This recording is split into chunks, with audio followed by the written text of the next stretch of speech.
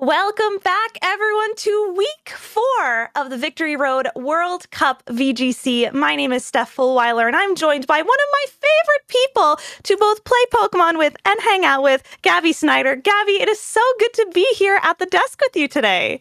I know. I was so excited when I saw that both you and Yuki were casting this week because y'all are some of my favorite people out there. So I'm so happy that we get to work together. And I'm so happy that we get to cast a really exciting matchup coming up between Thailand and India as there's some really unique teams that are coming out this week. And given that, the World Championships are coming up in a few weeks, it's always interesting to see how people are trying to break the meta. And I feel like that's exactly what we're going to see play out in this upcoming match. Yeah, absolutely. Also want to give a special shout out to our sponsors, Elgato, Gigi Tour, and Metafi for helping make these streams what they are. So thank you very much. And yeah, Gabby, I totally agree with you. We have been seeing some definitely interesting matchups both today, but also, earlier in the weeks as well. So yeah, today we are going to see Narawitch versus Devon. And yeah, we can also see the lineup. We will also have Gabrielle and Leonardo, as well as Victor and Mengru today. Yeah, so make sure to stay tuned as there are some really, really hype matchups coming up. But for now, let's take a look at the matchup between India and Thailand specifically. This is Sunday, this is the final day for matches of this week. And so far, India is in the lead 3-2 against Thailand, which is pretty interesting to look at. So whenever we're ready, we'll go ahead and transition to that screen. But for now, I think that it's really exciting that we did get to feature a 2-0 win of Japan over Germany just up previously. If you missed that, make sure to go back and watch as, again, some really, really unique teams coming out from these trainers this week. Absolutely. And a little fun fact, Italy and Spain are going to be showcased today, and it is going to be their first time on stream this season. So I'm going to be very excited to see that as well. Yeah, I'm surprised we haven't featured either of those countries on streams yet, honestly. I know that not every player has a capture card or has the ability to capture their gameplay footage. So that can definitely be something to keep in mind. But, really, Spain and Italy are arguably some titans out there for VGC. But for now, India and Thailand, like I mentioned earlier, India is currently up 3-2 against Thailand for the week. But some really unique teams coming out to play as well. I mean, I see a Reshiram and a Urshifu. I don't think I've seen an Urshifu in a very long time in the VGC metagame.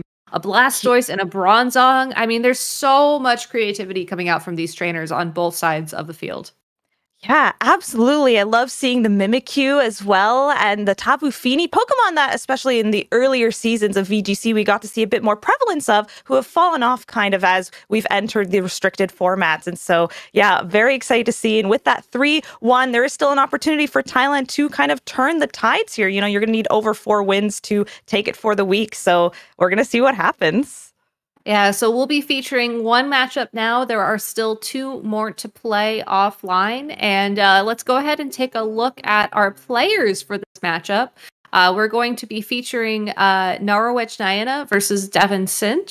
And again, I want to talk about teams. I want to talk about creativity, but let's talk about the players first, as Narawitch was the finished as a finalist in the 2022 Thailand National Championships, qualified for Worlds, or played in the World Cup last year, got top 32 in a Victory Road tournament over the past year. And Devon as well, 2021 World Cup competitor, qualified for the Players' Cups, got top 16 at the Dallas Regional Championships in 2020. Wow. And 5th place in an international challenge, which those are those online tournaments that happen on the Battle Stadium ladder, which anybody who's able to get any placement in those tournaments, I'm always very, very, I think that's one of the best accomplishments you can have as a player, because those tournaments are such a grind. The fact that you have the perseverance to compete and do well just goes to show you, just how accomplished these trainers are.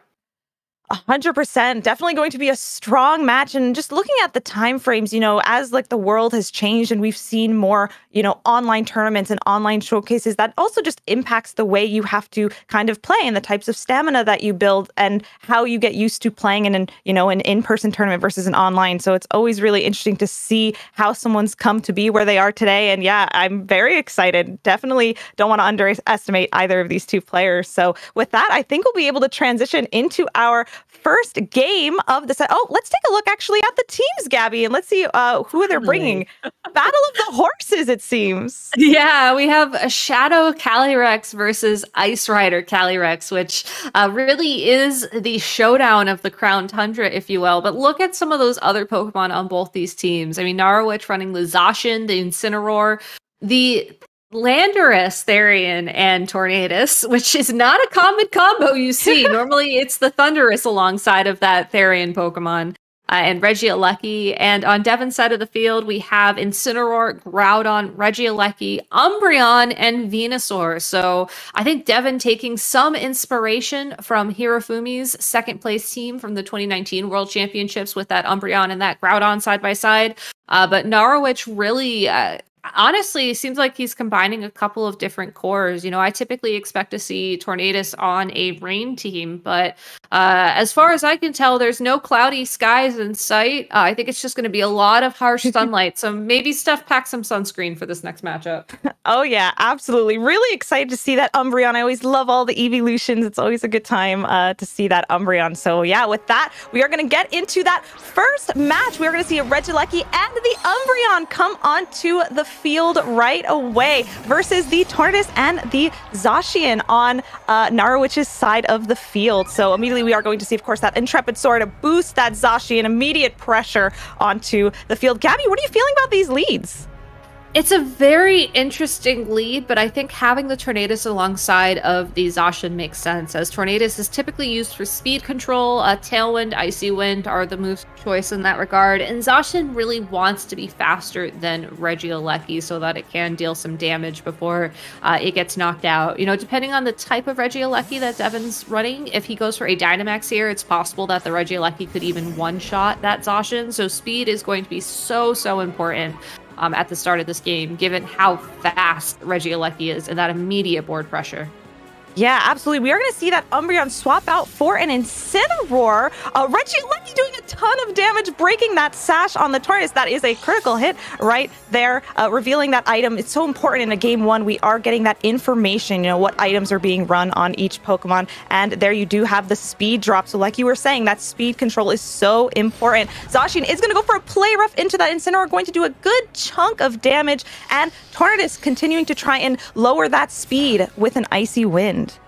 So interesting targeting here from that Zacian, ignoring the Regieleki entirely. I think getting that chip damage down on the Incineroar is important, but that was an Umbreon at the beginning of the turn, which does make me wonder what Narawitch's game plan is, if it's so important that to target the Umbreon over the Regieleki.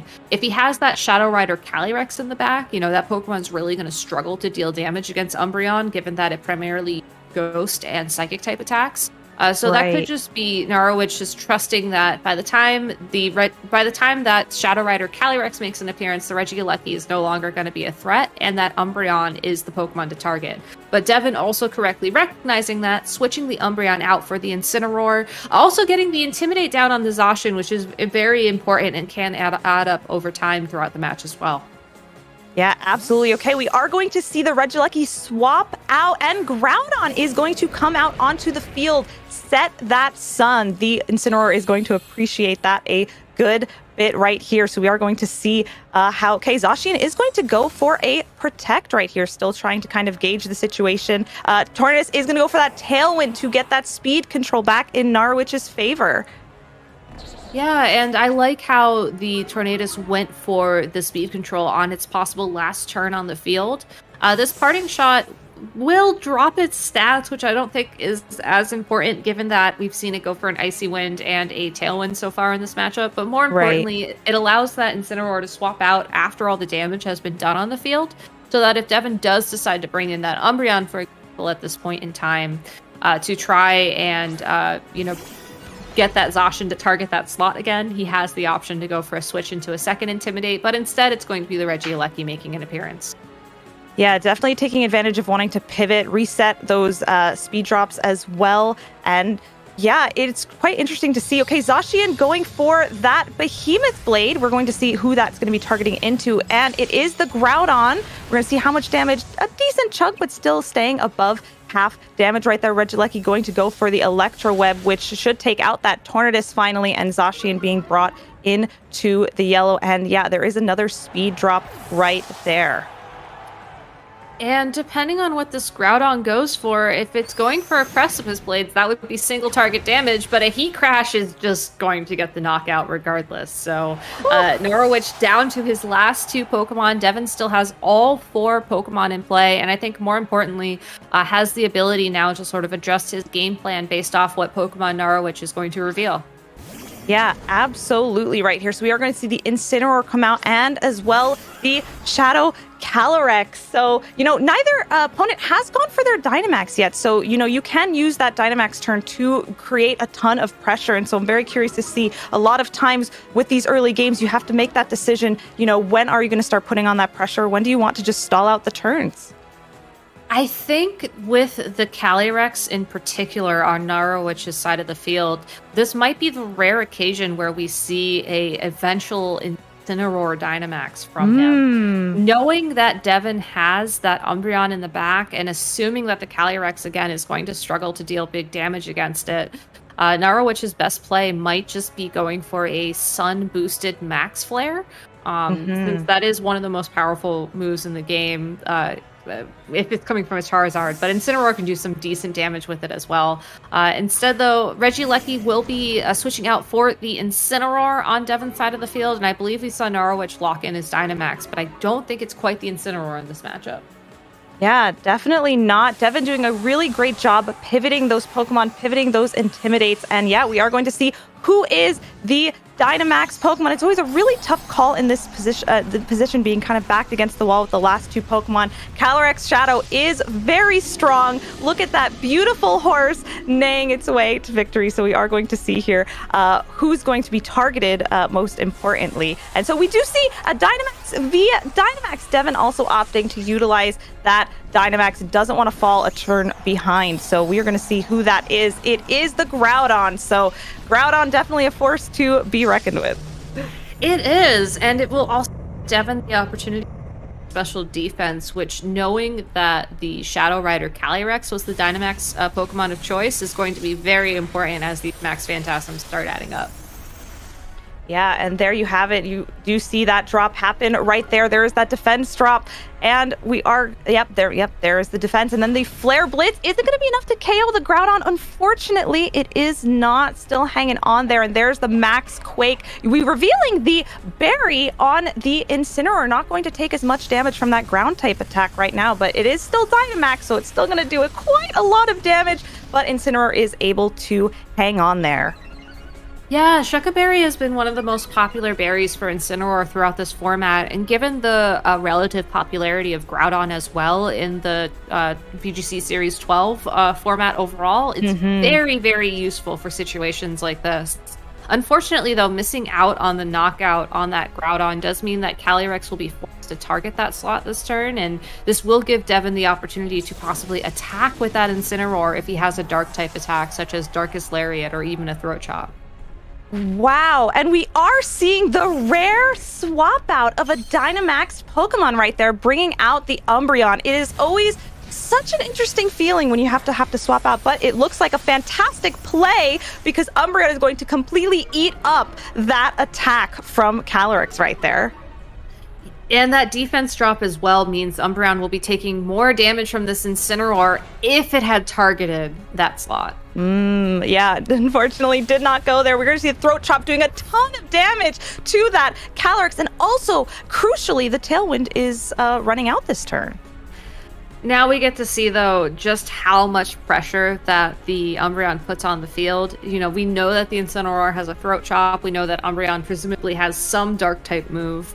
Narawitch's only play here, I think, is to hope that the 2 defense drops plus the sun-boosted Flare Blitz from his intimidated Incineroar is going to be enough damage to knock out this Umbreon. And, Umbreon is a fairly bulky Pokemon. We've seen it contend in the restricted formats in the past. Hirofumi got second at the World Championships in 2019 with that Pokemon, and I think that the bulk and the utility it has access to is exactly why. And Devon, again, switching it out, knowing that if he can just get through this Dynamax, Umbreon alone might be enough to lock in the win condition. Absolutely, and there's Calyrex. Oh, not able to secure that knockout. Just a little bit more damage would have done it. So Incineroar is going to be hanging on. We are going to see those defense drops one more time. So continuing to set things up, but Calyrex is going to go down now. The Groudon taking out the Calyrex. So definitely interesting plays right here. I do think Narawitch is still in a really tough position here, but we are going to see the Flare Blitz come out from Incineroar and hit that Groudon, finally finishing it off. Groudon, it was nice knowing you.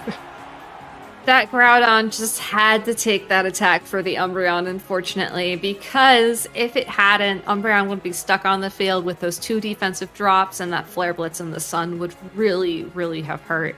Instead, even though Devon lost his Groudon, which again is one of the more powerful Pokemon in the format, there's still the Regieleki at practically full health. You still have the Incineroar who can rotate out and get some more Intimidates down on the field, and we don't know anything really about this Umbreon attack-wise. So Devon just doing a fantastic job of recognizing, again, that Umbreon in and of itself was enough pressure on the field. You don't even have to reveal any information about it. You just have to use that Pokemon and keep it around as long as possible to keep the matchup in your favor.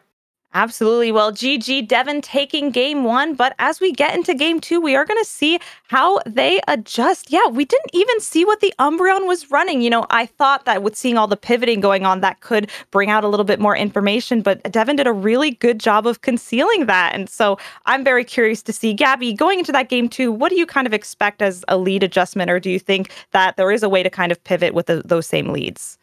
We spent so much time talking about speed control, but at the end of that game 1, that Tailwind didn't really matter. We saw the Regieleki around for those first couple of turns, but by the time Tailwind was set up, the Regieleki was gone, and it was Umbreon and Incineroar and Groudon who sort of took the game from there. So if I were in Narawitch's shoes, I think I would be reconsidering how important the Tailwind is for the Regieleki matchup in particular. You do have access to Landorus Therian, who is a ground-type Pokemon, and you don't have to worry about those electric-type attacks as a result. And Landorus Therian can also get access to fighting-type moves like Superpower, so that could also be another way to handle Umbreon, as really, at the end of the day, that is the biggest threat on a team with a Groudon and a Ice Rider Calyrex, which is really saying something. If I were in Devon's shoes, I think I would keep the same game plan, possibly even keep the same Pokemon. I mean, you could consider bringing in Venusaur instead of Regieleki if you are worried about the possible Landorus Therian adjustment, as Venusaur can still be pretty fast in the sun. But instead, it looks like we're getting a Calyrex Ice Rider adjustment from Devon as the lead. Ooh, I definitely love to see that. We are having the Battle of the Horses right away, so we are going to see those Calyrexes utilize their abilities. So this also gives us a sense into the speed tiers as well. So Narawitch does, of course, with the Calyrex Shadow, have the speed advantage. That's something I am curious to see with this Calyrex Ice on the field. Extremely powerful Pokemon, but also very slow.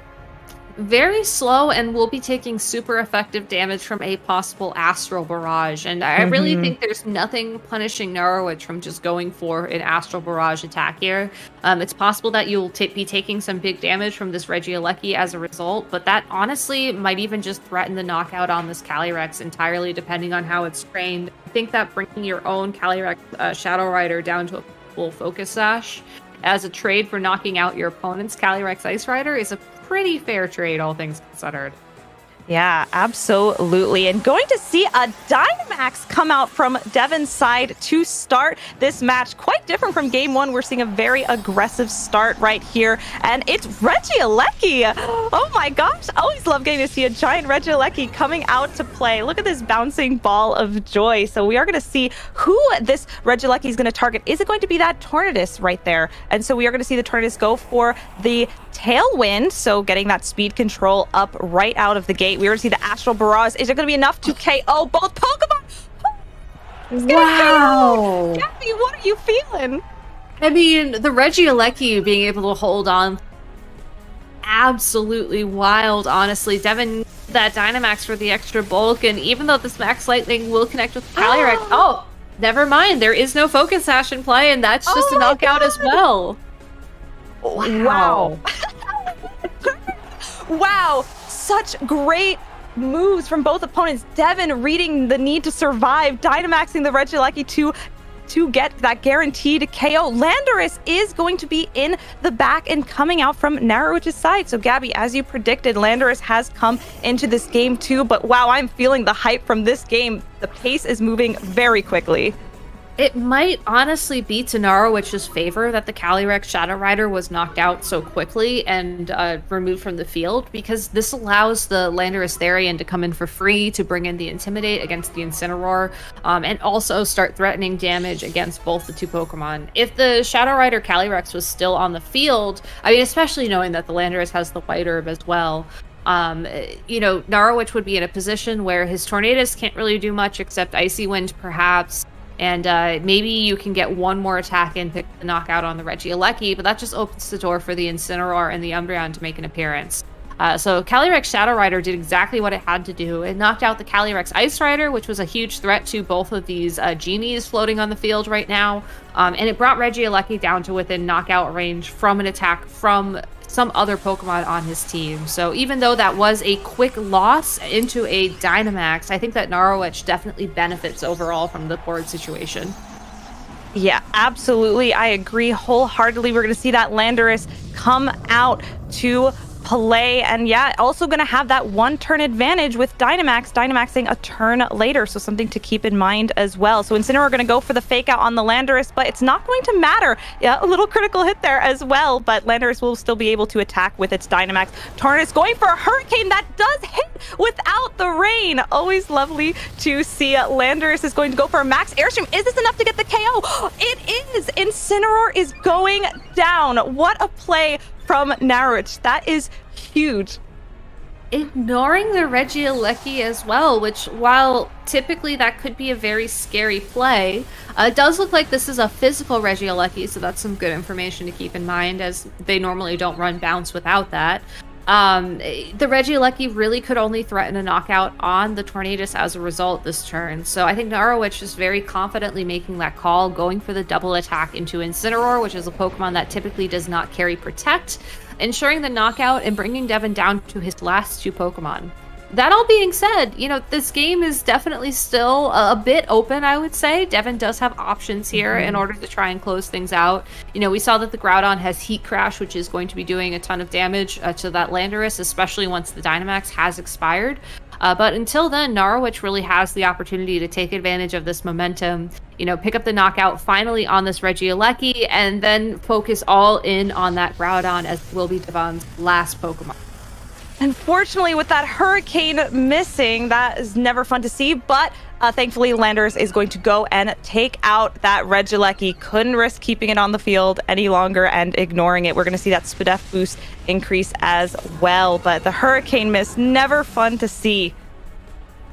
No, unfortunately, or maybe fortunately, I should say, for Narawitch, I don't think that Hurricane miss necessarily was game-defining. Certainly would wrap things up a couple of turns quicker, but, you know, it's also possible that we'll see Devon just lock in a forfeit here if there's something about this Groudon he wants to keep hidden, as we haven't seen it go for that many attacks. Instead, a second Hurricane miss. I mean, the sunlight is very, very strong on the field, so I guess that's almost to be expected. Yeah, it's only going to be maybe like one more Earthquake, I think, and then Narawitch should take this. So yeah, while it's unfortunate that these moves keep missing, it's not exactly game-defining, but it does open up the opportunity for Devon to pick up the KO on this Tornadus and force Narawitch to reveal his last Pokemon, which I think is the information that Devon was really looking for in this situation. Absolutely, and we are going to see that the final Pokemon coming out onto the field is a Zacian, so it's going to be tough to see if we'll see how many moves that Zacian gets to show before this Groudon gets taken off the field, but important information for that Game 3. We've already seen the Zacian go for Play Rough and Behemoth Blade, so that could be an indication that it's not running something like Substitute, as Play Rough is usually the move that is in the 3rd slot over Substitute. Obviously that's not a guarantee, and we also can literally see Narawitch's screen, so maybe if you were paying attention, you already know the answer to that question.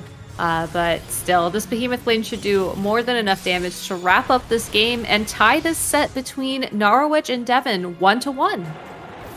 GG's. Wow. 2 incredible sets, and we're going to be going into game 3 now with so much information about those teams revealed. We're going to have to see how Devon reacts to that play. I think we saw a lot more of an aggressive play style come out, a lot less passive, less utilizing that tailwind and just kind of going big when you needed to.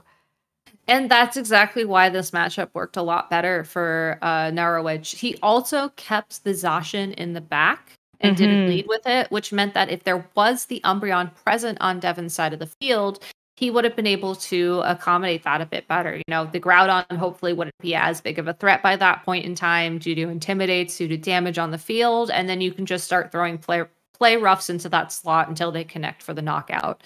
So overall, I think Narawitch made some really good adjustments for his game plan.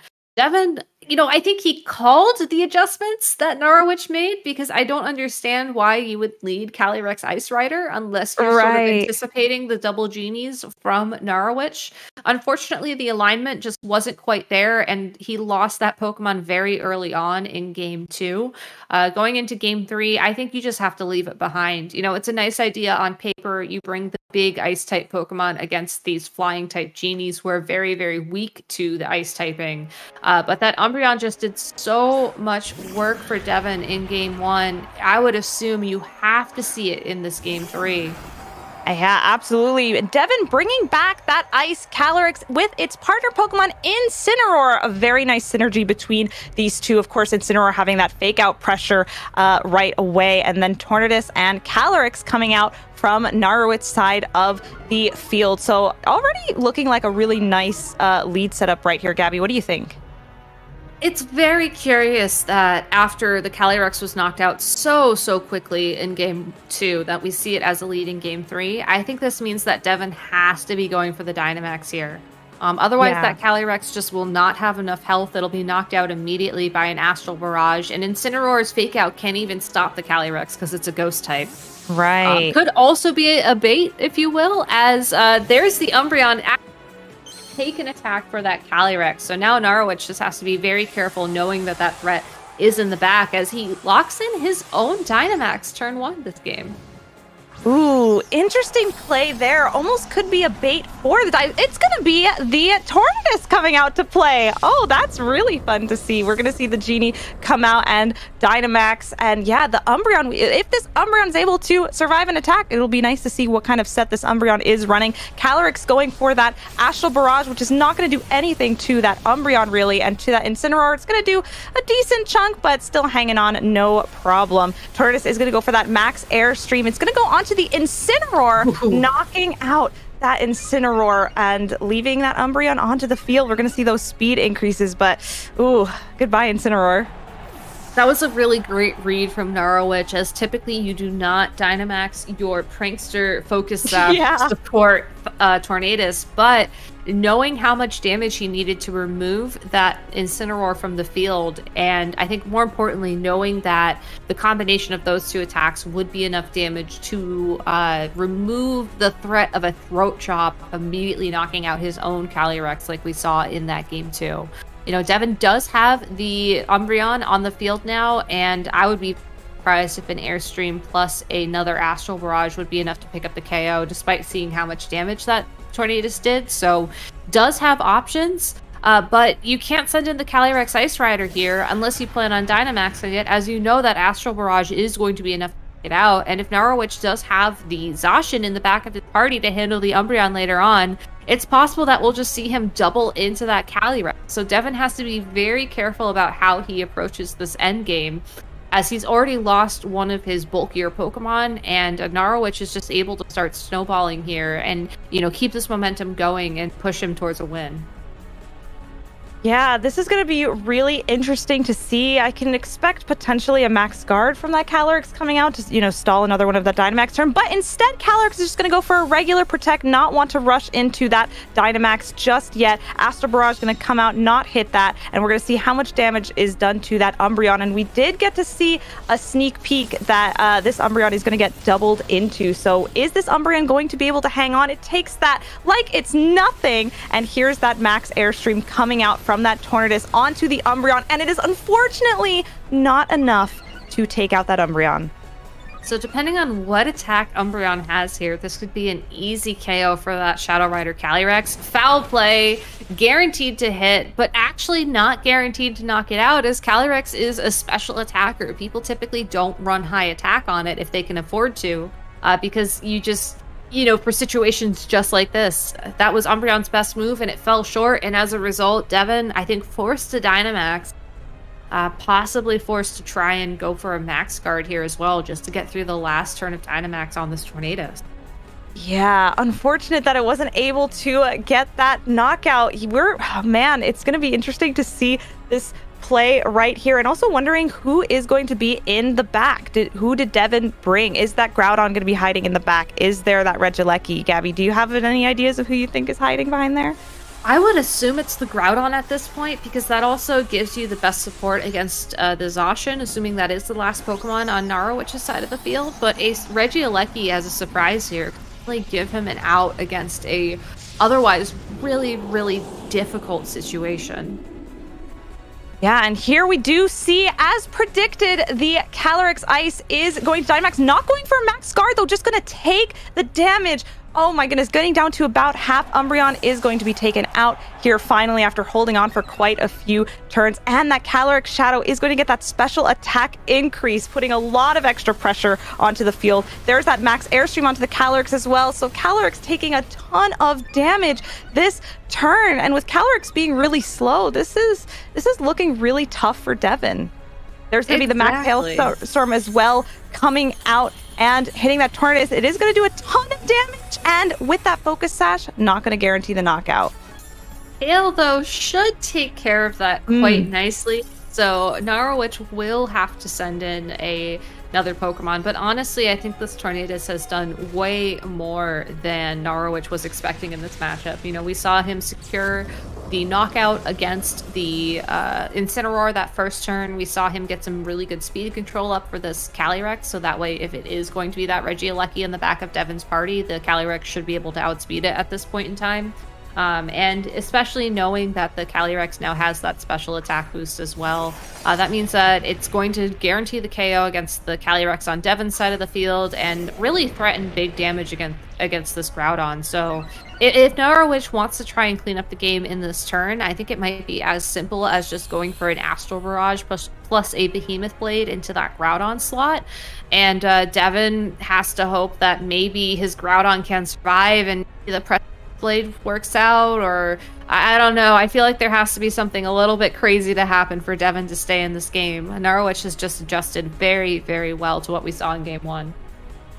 Yeah, absolutely. And there is the max guard going to protect that Ice Horse one more turn. Gonna see if, you can take out that Calyrex. Maybe there's still a bit of a chance, but it's looking really tough. Groudon taking a ton of damage right there. And Zacian gonna go into that, the Calyrex as well, probably finishing. Oh yeah, into the Groudon. Yep, finishing it off, taking it off of the field.